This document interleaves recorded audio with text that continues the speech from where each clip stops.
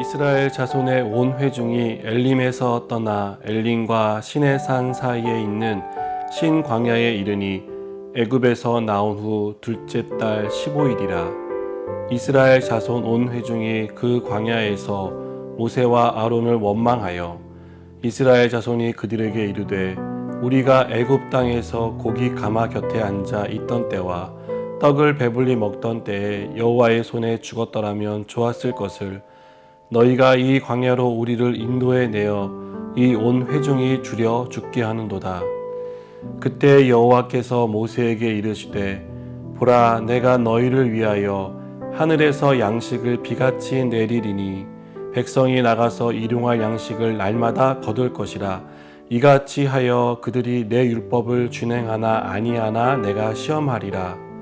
여섯째 날에는 그들이 그 거둔 것을 준비할지니 날마다 거두던 것에 갑절이 되리라.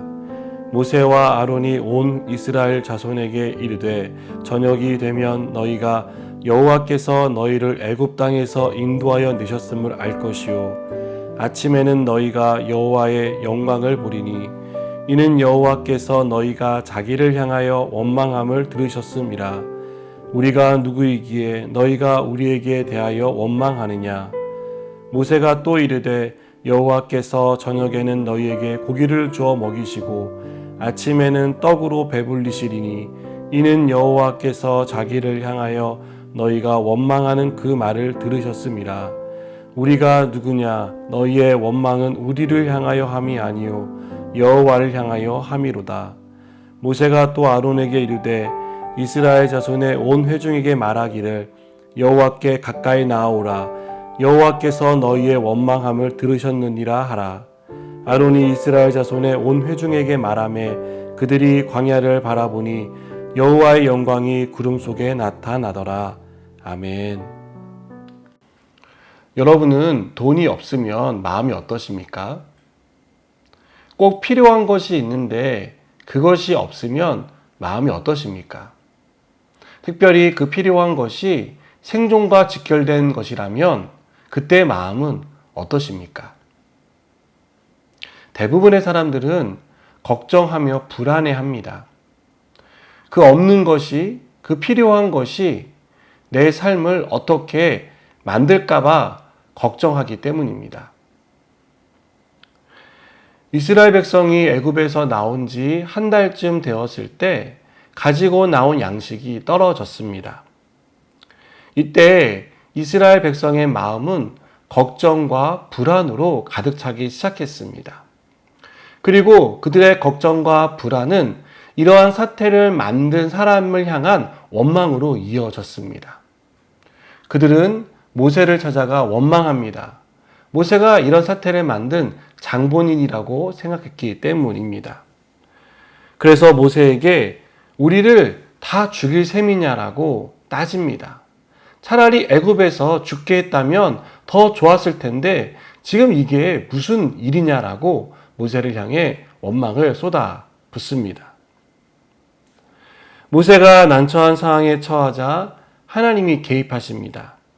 하나님은 이스라엘 백성에게 양식을 주시겠다고 말씀하십니다. 그런데 그 방법이 아주 독특합니다. 땅에서 양식을 거두게 하시는 것이 아니라 하늘에서 비같이 내려주시겠다라고 말씀하고 계시기 때문입니다. 하나님은 이 양식을 통해 이스라엘 백성이 하나님의 말씀에 순종하는지를 보시겠다라고 말씀하셨습니다.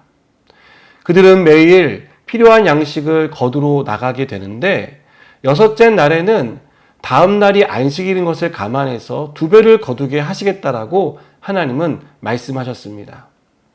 나중에 좀 더 자세히 살펴보겠지만 이스라엘 백성들 중에는 이 말씀을 믿지 못하고 안식일에도 양식을 거두러 갔다가 그냥 빈손으로 돌아오는 사람들이 있었습니다.